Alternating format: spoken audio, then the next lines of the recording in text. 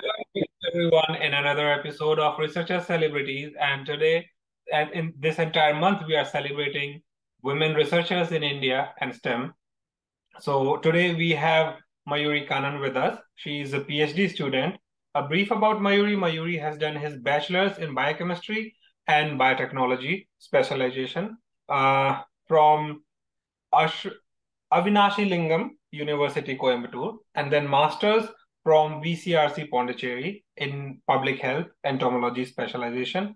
And then presently she is pursuing PhD, Saveetha University. But it seems like Mayuri has think it through that she wanted to do PhD because from her master's to committing to PhD, she has worked as different positions at Tata Institute for Genetics and Society in Bangalore, then IIT Madras, in different honors of research, being research scientist, research assistant, and all those. And presently, she's also doing working as innovative researcher and project manager at Startups Insights while doing her PhD. Thank you very much, Mhm. Mayuri, for sharing, taking time out for us. Yes, thank you, Dr. Raja, for having me in this conversation. Really grateful. Yeah. Yeah. So, how we start the conversation is like when and how you wanted to be a researcher, or you decided. Yes. So, my enthusiasm in science, right, started from my school days. I did my schooling in Kendriya Vidyalaya, Half Station, Solo, Coimbatore, and from ninth standard, we have this science exhibitions. We have this district, national level championships in science exhibition, etc. So, I had my chemistry ma'am.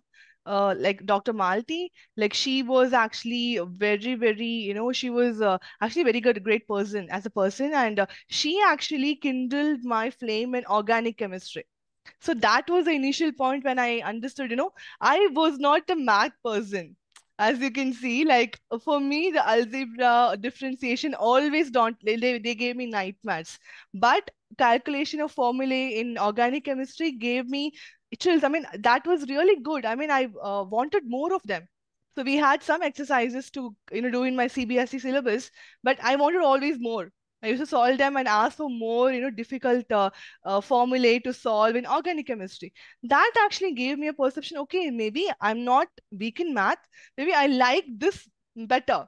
I like the biological math better. Then I was like, okay, maybe science could be an option.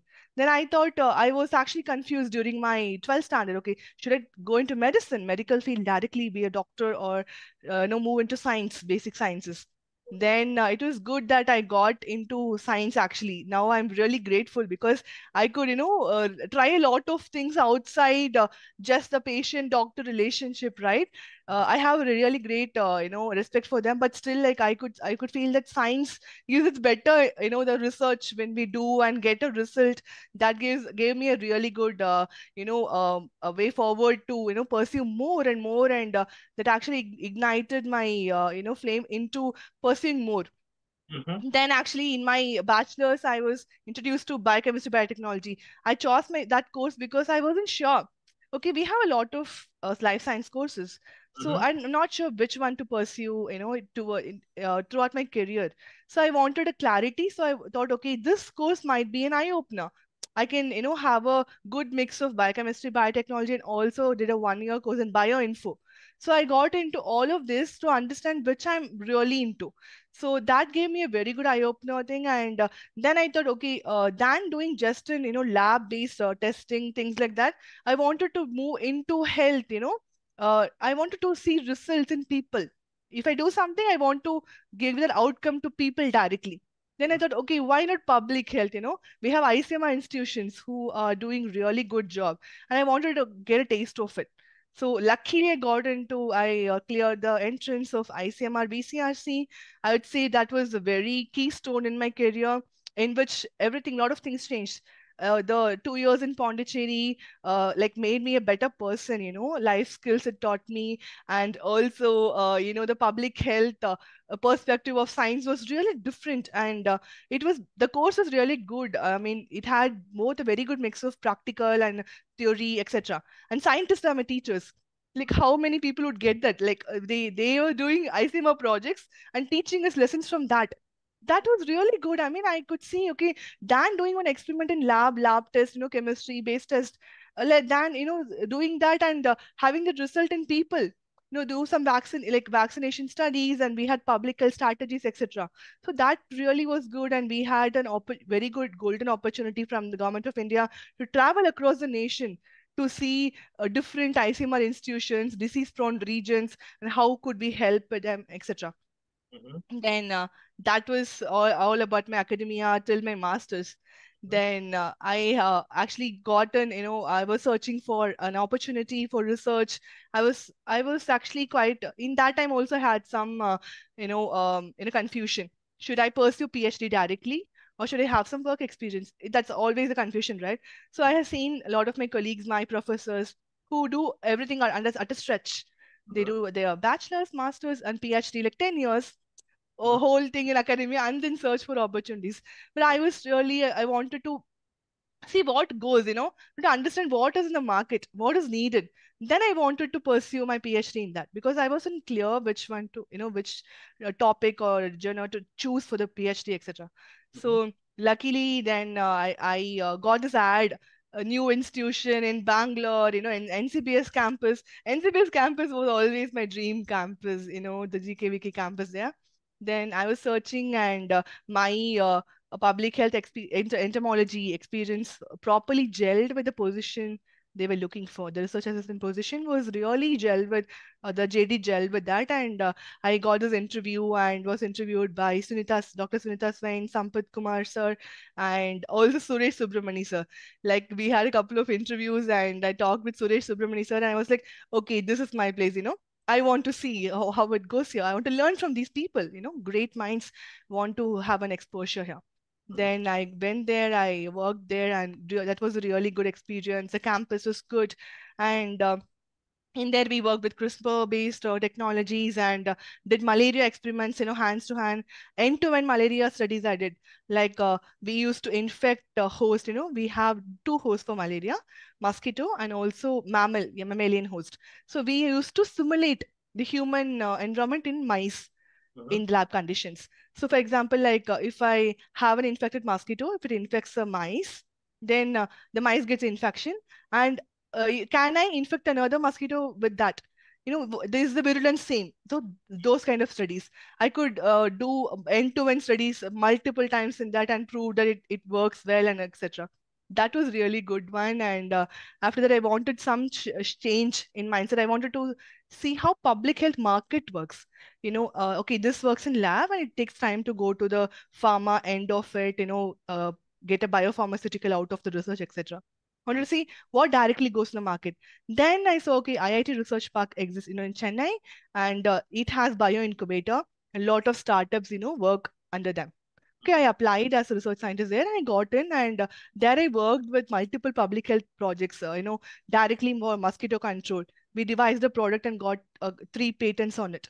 Like, that was approved. So that was like a really good achievement for me in that age. I was like, wow, this is possible. I mean, I could invent something out of nowhere from scratch. That was really good experience. And when COVID hit, then I couldn't do, because science is always not a remote position. We can't have, unlike software IT, we can't have a remote position in science. We have to be present in the lab. So due to COVID, I was back in my hometown. I was thinking, okay, should I explore more of different fields in science? Then I got into this innovation. I always, after IIT Research Park, Bio Incubator, startup experience, I wanted to explore the innovation part of our science. So in that, I did a workshop, traineeship for a couple of months from a Austrian company called Startup Insights.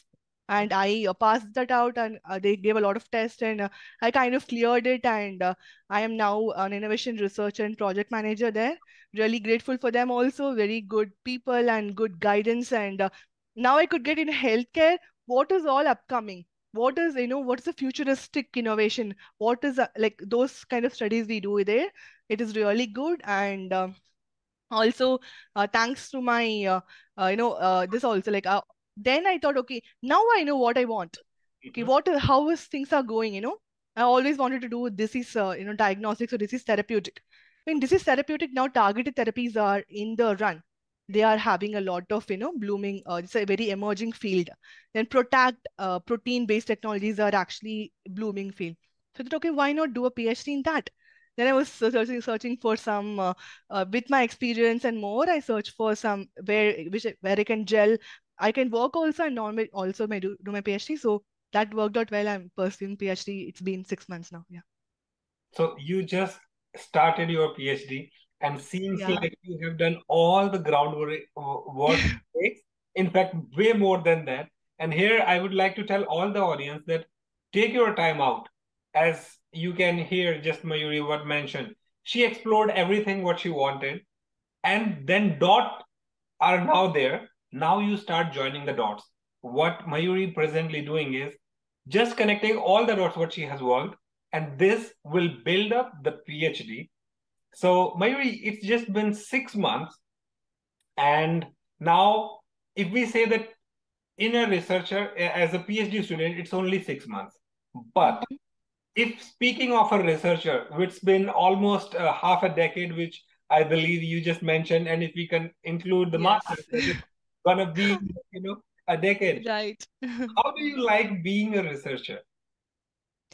So yeah, so I would say it could be partial, I'm not sure, but it's the best profession. I mean, every day is a new day, every day you have new ideas which you can work out on, you have some space, we have a lot of opportunities out there. Mhm, I mean, like people might say, okay, science is very difficult, doing a PhD is, so it's like hitting the moon. It's very difficult. No, I'm not an intellectual to, pursue. Nothing like that. mhm, Even if you do a PhD, you're still out of line in low. So many if I do a PhD, I might be sure of one concept in one of the field. That's all. Like mhm, we can't do. Nobody can do everything. We are just some droplets in the ocean, or mhm, a pinch of salt in a massive ocean. Whatever you do, like that applies to every field. mhm, But for example, than a monotonous work, we have seen a lot of other job venues in which we see like every day, like they don't look forward to it. Okay, mhm, I go sit in front of my computer, I do every damn monotonous way of working, and then when a vacation hits off, you go. So when I'm in science, when I pursue science, my hobby is science. mhm, My hobby is experiment. My like I have no hobbies, to just look, to just have a wide insight on it. Like when I was working in Bangalore, like direct lab work, weekends I used to be in lab. mhm, Like I'd go because that was my pastime, because I love doing it. So I didn't need anything else to compensate to it. So mhm, as a researcher, it's always actually it's a blessing, I would say. And don't be afraid to come into it. Like don't think it's only a part of for the intellectuals, or no, I didn't score much in my schooling, I can't do. It's not like that. The researcher, you learn a lot of things, and also it gives a very good life learning. Pursuing a research project and doing a PhD, it makes you, molds you as a very great person, because you do something from scratch. You have to have your own self motivation, your self respect, everything, multiple times it grows. mhm, So I think as a researcher, it's been a really a good bless, like being a blessing for me. And I really look forward to every day and learning new things. Like I'm always a student in research, so mhm. that's how I see myself. So yeah. Nice. So one thing now I cannot ask you a question about work-life balance because you already said that you just Yeah. like science and that is your pastime, that is your hobby. So technically it is just either you can say work and work or life and life. You're just living the life. And this is Yeah. something which I would like to mention to all the viewers here that the passion is required, but your commitment towards it also, when you mix it, that's when a researcher like Mayuri comes up. And you can hear till now the enthusiasm, the energy she has. So now you have done a lot of experiments, bench Mhm. work in public health, in field, everywhere. Mhm. How a researcher feels like and I'm in case here I'm just talking about you because we have a Sure. wide Yeah. range of researchers how it works. Mhm. How Mayuri feels when an experiment doesn't work the way she wants. Yeah. So yeah, that's actually a good question, Raja. And so it happens, when we start a new thing, we have an object hypothesis. For example, we start something, we have an objective and a hypothesis. Okay, we have one aspect of it. Okay, I'm doing these and these things. This should give me that result. And when we because in science we always have the simulation, like everything would be in different, like, same concentration, everything has to be met. But somewhere something goes wrong. It happens, it happens. And we have seen, we ran a lot of molecular diagnosis tests, like for example, when I was doing my bench research work, that we have a lot of molecular diagnostic tools to work with, etc. So when any of this aspect goes wrong, so when I do one mistake in my initial calculations, I have my dilution aspect, I have my sample aspect, anything which goes wrong, even if less or more, it screws up my whole research, like whole result. So what happens, like that's actually a learning point for, like, for a fresher. When I was a fresher, when I screwed up an experiment, it was like it was giving me nightmares. I was like, oh, I should have been more careful. I should have done my calculations more good, etc. But then I start when you do multiple of them, then you get a lesson. Okay, if I do something, this is the result. That is the research. I screwed this up, but still that's a learning for me. If you put more concentration of this is what you get. So you don't do it. So that was a so my research notebook always had a very bigger note of my failed experiments, Mhm. so that it gives me an insight. When I skim through them, I see them in bold. Like, okay, don't do this. It is printed in my head, so Mhm. I know what not to do. That's a very good thing. When everything works, what do you learn? Mhm. That's the thing. Like when everything works fine, like, oh, we have a protocol, you do this work and it gives a result. There's nothing, it's again, it's like very standard way of doing things. We Mhm. are humans, everybody make mistakes, and when we do screw things up, only we learn new aspects of it. And yeah, I'd say like that only. So now another part, like learning from the mistakes, keeping the notebooks, as you said, it is very important to Hmm. highlight the failures also, but don't forget to celebrate all those small success the day it works the way you want it. Hmm. Always keep a mixture of both, because failures teaches you what not to do, as Mayuri said, and success tells you what to do so that you can reproduce it, your own data, because the reproducibility is another question, very important point, which I think every researcher is always work towards. That if somebody has done something, so that they can do that thing, or if they are developing some method, so that anywhere in the universe, if somebody is trying to replicate your work, they can do that. So this is very important part. Yes. Yeah. Keeping good notebook is another like perfect, I think, point which should be in everyone's head. Either you are doing your PhD or not. If you are in research, this is something which is more than important. Mm-hmm. Maybe you are already working with a company and now pursuing your PhD. In when a person is doing full-time PhD, they are Mm-hmm. always struggling for the time management. How do you manage the time? So yeah, that's a good question. And also, like for me, I also ran that through in my mind. So then then my work is quite flexible. So when I had this thought of doing my PhD, my managers, like directly, I can talk to as I'm a senior level position. I'm in a senior level position already. I could talk with my COO and CEO directly, and gave them this idea, like, I want to pursue PhD, etc. They were quite flexible because they wanted me to upskill myself, right? Mhm. So they were like, okay, this is a remote position. You can work from anywhere. And if you have any meetings, if you have plan something, you can, say to us prior. You can plan them accordingly. So Mhm. they were quite flexible, and they were like, the thing they wanted is like, you have to continue with this. Like, Mhm. even if you do a PhD, please try to continue with this because we want a good talent in our company, and with you upskilling, it's a good thing for us, etc. That Mhm. was a great, because that's very much important. That's not always the case, right?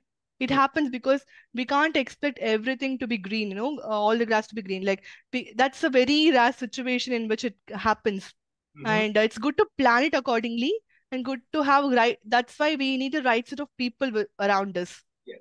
that motivates us a lot. When we have demotivators or people who pull you down, that is very difficult. And as a research is actually gels with the life and goes toward, research and life are inseparable. A Mhm. life of PhD student is, you pursue PhD for 5 years, your life will be that only. When you turn every page of every day of your life in a PhD, Mhm. it'd be only that, nothing else, because you're way into it. So you have to be with the right set of people. So luckily, I'll say touchwood, I got good set of people, my friend gang, my guide, everybody were like very supportive. They were quite flexible with my thing, and you can plan things and you can work them out. So that really helped me. And also personally, my family is also being helpful. So all this has to be, but we have to give them that, picture of yourself. Okay, you're really into it. Mhm. If you are, if you are not sure about what you want, then you can't expect others to be sure about you, right? When you're confident, when you put it outright, okay, this is what I want, when you're clear with what you want, everything falls into place. Yes. Like, yeah, as Shah Rukh Khan says, if you want the thing, all the universe conspires to help you achieve it. That's what happened, I would say. Right. Yeah. I believe that all the researchers think the way you mentioned it here, and they can take the negative outcomes also Mhm. positively. And talking about the environment, the working environment, people around you, the world is full of critics. It Yeah. is up to you that how you want to take that criticism. You can actually improve your experiments based on that, or Mm-hmm. you can just give up on them because you think that now it is about having faith. Either you have Uh-huh. faith in you or you have faith in others. So Mm-hmm. this is for all the researchers. You have to decide where you want to keep your faith, in yourself or in others, because others have always this power. If they are saying yes, then they will boost you, but they will be the reason for your boosting because they are giving you energy. And if they are a Yes. critic, they are letting you down, they are tearing you apart, and you think that you are not a good researcher or you cannot do that, then again, it's their win. So better keep faith in yourself. And as Mayuri also said, double check your commitment. If you're ready, Mhm. once you commit, then there is no looking back because that's Yeah. when it's not about just PhD. It's not about just being a researcher. It's about the life which you are going to live till and Mm-hmm. whenever you are there, till and whenever we are here.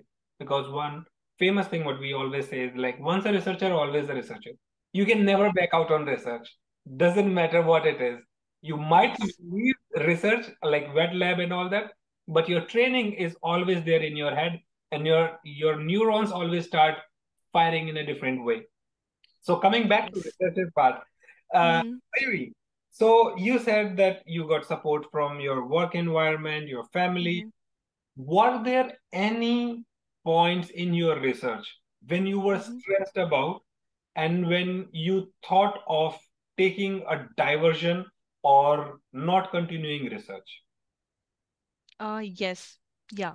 Yeah, I like to say about that. And so actually, when I was after my work in IIT Madras Research Park, that was actually a point in which I had to choose, because COVID was hitting hard, and I can't continue as a researcher anymore. Like I have to go somewhere and relocate. But actually, because of COVID and separation from home, like I had my dad is diabetic. Like I didn't want to go home. And what if like it's risky for people to move around, and then you might infect your elders in the home, etc. So I self quarantined myself for 3 to 4 months. I mean I was all alone, literally alone in my flat and in Chennai. So that was actually that was a learning point. I could learn about myself, introspect, but you can't introspect too much also, right? That will like you can't think more about yourself. Like that's also so toxic. It turns toxic. Then I was like, I had to make a choice. Should I? Because if I want to continue as a researcher, and that time we didn't have any position. If I want to make a change also, there wasn't much openings, as a researcher. You can only go for, some projects might be open. That also happens, in a life of researcher. That's job opportunities when you're just having a master's, not a PhD yet. But the type of project you take also builds your whole career. So you have to be very mindful in choosing what you want. When I see we have position in remote locations in the north, north states, etc., I wasn't ready to relocate. But in that time, I had to make a choice. So that's when I did this traineeship. I said where I'm currently working in. That is not a basic research, right? So that's a secondary research. I do innovation strategy analysis, etc. But that is like putting my research mind into something else.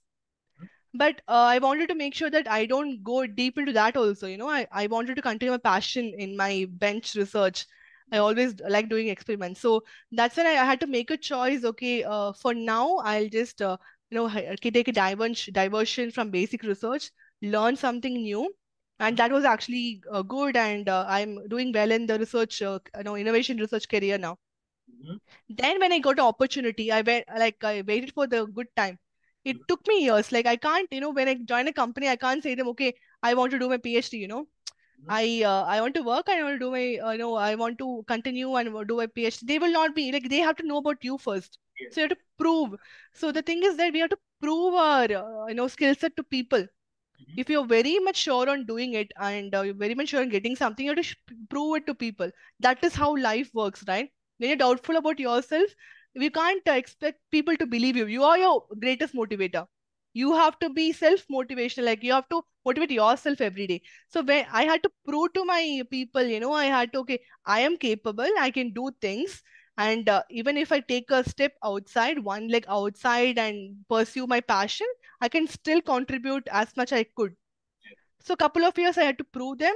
Then they were impressed, they were good. They were all good with my work and gave me good, insights on it, etc. Then I took my, okay, now, okay, let me see my passion. So Mhm. it's like always having a good balance, right? I can't risk, you know, uh, like career also, right? I can't just have a gap in my career. I can't just go to do a very different project than what I was pursuing, and Mhm. that will also take a big this thing leap in my research, career and more. So I have to take a very mindful choice. That's when I took that, and when everything fell into place, like whenever the all the conducive environment, like we say in public health, right? For epidemiology, like all the conducive environment was in place. I was like, okay, now I'm sure what I want to pursue, and I want to do my PhD. It's always there. Let me just put a throne and see how, like a stone and see in the well, like how it works. Mhm. It worked out well, luckily for me. So yeah, that's how it. That's a great, way to do the SWOT analysis. So for all the viewers, all the researchers, do the SWOT analysis. You should know what are your strengths. And on top of SWOT analysis, you should always prioritize what you really want to do. If you think that you have some other priorities in your life, take a break. As Mayuri said, settle in down first. Once you have fulfilled the immediate need, that's when you can flourish. As because if you, the most important part is every single researcher is a human being. If you are happy, you can be successful. If you are not happy, you can be successful, but it's of no, not of that much importance because you are not happy. Always keep the happiness up. See whatever is required, make different goals, small goals, short term goals. It can be 6 months, it can be years, 5 years, depending on you, and then start working towards it. Don't commit yourself if you are not sure that you want to be in a research, or don't say no to research if you really feel that you belong to the field. If you really think that, then just your intent can get you there if you don't give up on it. As Mayuri has said, whatever it took, she was like, okay, taking a break, taking the step back, but her mind was always there that she wanted to do this, and now she's pursuing it. So, Mhm. Mayuri, one thing which we are seeing in present PhD researchers who are like the Mhm. students want to do research, there are so many points which they always think about before joining a lab, before joining Yes. or PhD, and Mhm. choosing a mentor or PhD Yes. supervisor. Mhm. What can you share with us that what was the practice which you did? So yeah. So for me, like PhD, as I mentioned, like it was a passion. So I had always, made a, list. I had a data in place. I know like wherever what are the potential universities, and also I needed flexibility. I need a flexible environment. Like I can't do a rigid scheduled course. So I can't go and be full time in there and do a rigid scheduled course. I want a flexibility. I chose it accordingly, and I was talking to many mentors and all, and my guide like currently like or also fell into place. My research domain of interest and also his everything fell into place, and he was very supportive. So that takes time. For example, I tried a PhD in IIT Madras, but the thing is like there also it's very fixed schedule, and Mhm. also I saw like always when you want to join a university, it's good to talk with the people who are already pursuing PhD there. How was their lab, etc. About that. So it will give you good insight. Like, are you comfortable in working in such an environment? Are you okay with such, you know, for a longer period? Because it's a commitment for a longer period of time. You do it for at least a half a decade, Mhm. and you have to be in and around, face the same set of people every day. Like it is a very big commitment, and you have to be you can't just be blind-eyed there. You Mhm. have to know what you want. Only when you're very sure about it, you have to take it. So I took a lot of like I applied to multiple universities. Like I went to multiple research places, went gave in interviews. IIT Madras I got selected, but still I said no, because like the fellowship, everything, like I wanted everything to be in good place. I can't leave everything and then do just PhD, and then I'm not sure how that would turn up. So I wanted to have an option open in my hand always, and then do my passion. Mhm. My passion is like for me it is like I'm doing my PhD, but it's just open. Like I'm not looking for opportunities in that. So for Mhm. example, I'm doing it because I like it. I love doing science. Mhm. So I'm such a kind of person. So I don't have any expectation. Okay, I'm not calculative about it. Mhm. Okay, I'm doing so and so technology PhD, Mhm. and market value is so and so. If I get out of it, I have to, hit so and so pharmaceutical company, and my salary should be so and so. No, nothing. So Mhm. I was very open. Like I'm actually very open. As I mentioned, like I just started. I'm very open. Like I'm not expecting anything out of it. So then the pressure goes down immediately. True. So it's like I have something in hand. It's my passion. Let me do it with all my love, give Mhm. all my love to it. So that will be very fruitful. If I have something, okay, I have some very fixed objectives, then it will be very pressurized environment for myself, right? So when you don't have that and just do it out of love, I just like doing it. I like studying about it. Then it's very different picture. True. But money is just a byproduct, I would say. Mhm. So in a research, I always see it as people having this mindset. I have this much years of experience, but I didn't get so much of compensation, etc. Mhm. Research is not that. Mhm. I understand, India has to improve in many positions. We have to have more open research labs, and we have to compensate our researchers, scientists well, like in the Western countries. But Mhm. still, like research is not just that, right? It is actually a very good experience. Like it can't be compensated with money. Like you have your food bread in hand, but you have a lot of good things, which gives you a lot of fruitful experience every day. So I see it like that. I see it as a passion, that's why. And also, for example, just to mention about it, like when I joined my masters, Mhm. it was a very narrowed down course. Like in BCRC I joined masters, it's a public health entomology course. Mhm. And when I joined, only people were like, okay, this is very narrowed down. Mhm. Why are you just from a biotechnology, biochemistry, why are you just falling into a very narrow field? Nothing will be there, no opportunity. Entomologists, they struggle. There's no much opportunity in public health. There's no public health funding budget in government of India. I didn't hear any of them. For Mhm. example, I wanted something, I want a public health experience. I went to there, and I enjoyed my course, did everything to my fullest, and Mhm. everything fell into place, and ticks gave me opportunity to pursue what I want, in malaria. That was great. Yeah. So when you do something out of love, things fall into place. That's what I believe. Maybe it's could be sounding spiritual or something, but when you have a rigid expectation, it it's like haunts you every day. Like, Yeah. okay, I have such and such plans. In 2 years I have to get such position. And you work towards that. You don't do this also well. You don't hit that also well. So yeah. And speaking of entomologists, Dr. Tia, that one of the very emeritus entomologist of India, he still says that the species of entomologist is going to be extinct soon. Yeah. Researchers like you in there pursuing this, giving this energy to the field and working towards it.